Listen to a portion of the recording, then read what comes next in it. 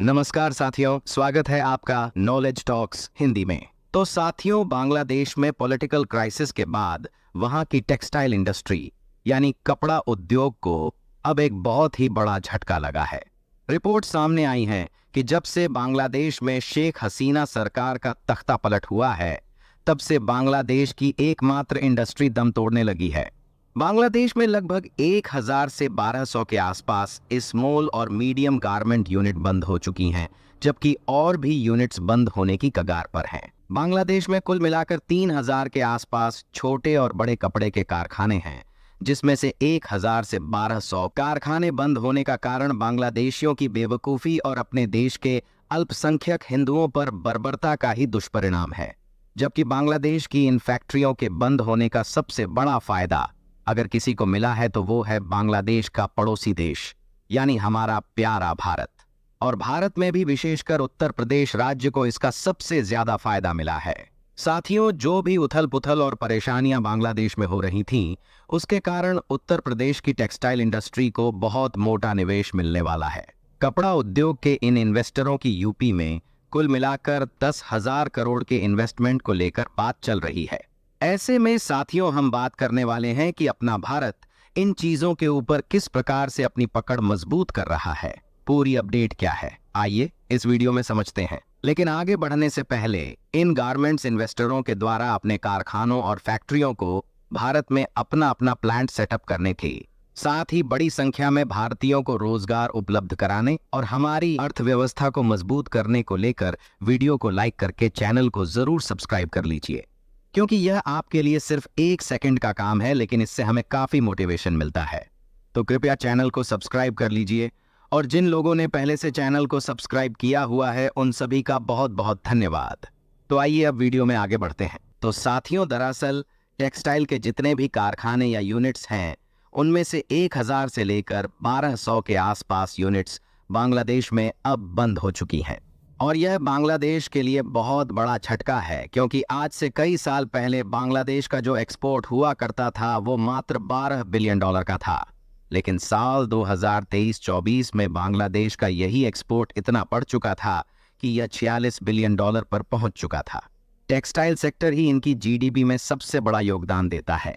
लेकिन जब से शेख हसीना की सरकार गिरी है, तब से वहां की लगातार एक के बाद एक टेक्सटाइल फैक्ट्री बंद हो रही है।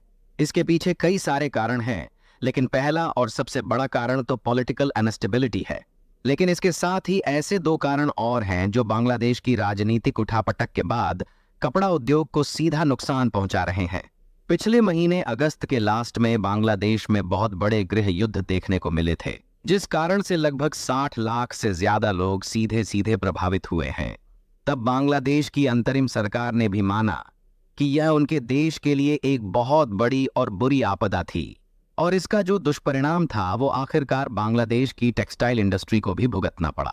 इसके साथ ही यहाँ पर जो बड़ी संख्या में टेक्सटाइल फैक्ट्रीज थीं, वो भारत से इंपोर्ट होने वाले कच्चे तेल पर निर्भर थी। लेकिन तब भारत ने घोषणा की थी कि हम अपने असम राज्य के सिलीगुड़ी से दिनाजपुर तक बांग्लादेश को जाने वाली डीजल पाइपलाइन को आगे नहीं बढ़ाएंगे। बांग्लादेश में हिंदू, बौद्ध और अन्य अल्पसंख्यकों पर हुई बर्बरता को देखते हुए हमारे भारत की ओर से कहा गया कि जब तक बांग्लादेश में पॉलिटिकल स्थिरता रहेगी, हम लोग इस प्रोजेक्ट को आगे नहीं बढ़ाएंगे। जिसे देखते हुए डीजल का इंपोर्ट ना हो पाना भी बांग्लादेशी टेक्सटाइल इंडस्ट्री के नुकसान का एक बहुत बड़ा कारण बना। दूसरी तरफ बांग्लादेश में बाढ़ भी आ गई, जिन सब वजहों से सारी की सारी टेक्सटाइल फैक्ट्रीज की परेशानियां बढ़नी शुरू हो गई। वैसे तो आप जानते ही होंगे कि बांग्लादेश गारमेंट की बहुत सारी इंडस्ट्री जैसे यूरोपियन और अमेरिकन इंडस्ट्री को हैंडल करता था, लेकिन अब इसका फायदा भारत ले रहा है। भारत के राज्यों में भी स्पेसिफिकली उत्तर प्रदेश को बहुत बड़ा फायदा हो रहा है, जिसके माध्यम से भारत में भी जो टेक्सटाइल की प्रोडक्शन है, स्पेसिफिकली यूपी में भी जो टेक्सटाइल की प्रोडक्शन है, उसकी क्षमता बहुत ज्यादा बढ़ सकती है। एक तरह से देखा जाए तो बांग्लादेश ने जाने अनजाने में अपने यहाँ ऐसी परिस्थितियां पैदा की, इसका डायरेक्ट बेनिफिट भारत को मिल रहा है। आज की डेट में भारत का गारमेंट एक्सपोर्ट्स केवल $14.5 बिलियन है, जबकि बांग्लादेश के पक्ष में यह आंकड़ा $46 बिलियन का है। बांग्लादेश के द्वारा दिए गए इस मौके को भुनाने के लिए अब भारत ने अपना नया टारगेट सेट किया है। जो आने वाले 5 सालों में $100 बिलियन के टेक्सटाइल गारमेंट एक्सपोर्ट को हासिल करने के लिए है। आज से कुछ दिन पहले आपने सुना होगा कि भारत की जानी मानी कंपनी रेमंड ने घोषणा की थी कि बांग्लादेश में उनकी जितनी भी फैक्ट्रियां हैं वो उनको वहां से बंद करके अपनी सप्लाई चेन को पूरी तरह से भारत में शिफ्ट करेंगे, क्योंकि भारत में मजबूत कानून व्यवस्था और सिक्योरिटी है। इसके साथ ही भारत के पास गारमेंट और फैब्रिक्स दोनों की सप्लाई उपलब्ध है। खबर निकलकर सामने आ रही है कि यूपी में लगभग 10,000 करोड़ की इन्वेस्टमेंट को लेकर सरकार से बातचीत चल रही है।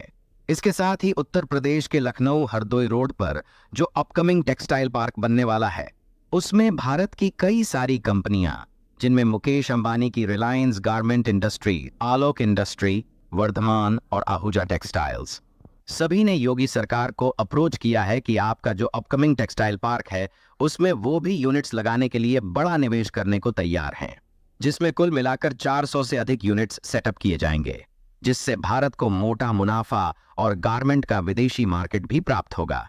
साथ ही बड़ी संख्या में लोगों को रोजगार उपलब्ध हो सकेंगे और भारतीय अर्थव्यवस्था को एक बड़ा बूस्ट मिलेगा। ये सब जानने के बाद अगर आपको लगता है कि अन्य सेक्टरों के साथ भारत की टेक्सटाइल्स इंडस्ट्रीज भी दुनिया में अपना परचम लहरा सकेगी तो कमेंट में जय हिंद लिखना मत भूलिएगा।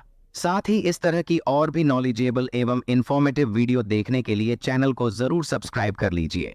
आज की वीडियो में बस इतना ही। मिलते हैं आपसे एक और नई वीडियो में। तब तक के लिए नमस्कार। जय हिंद, जय भारत।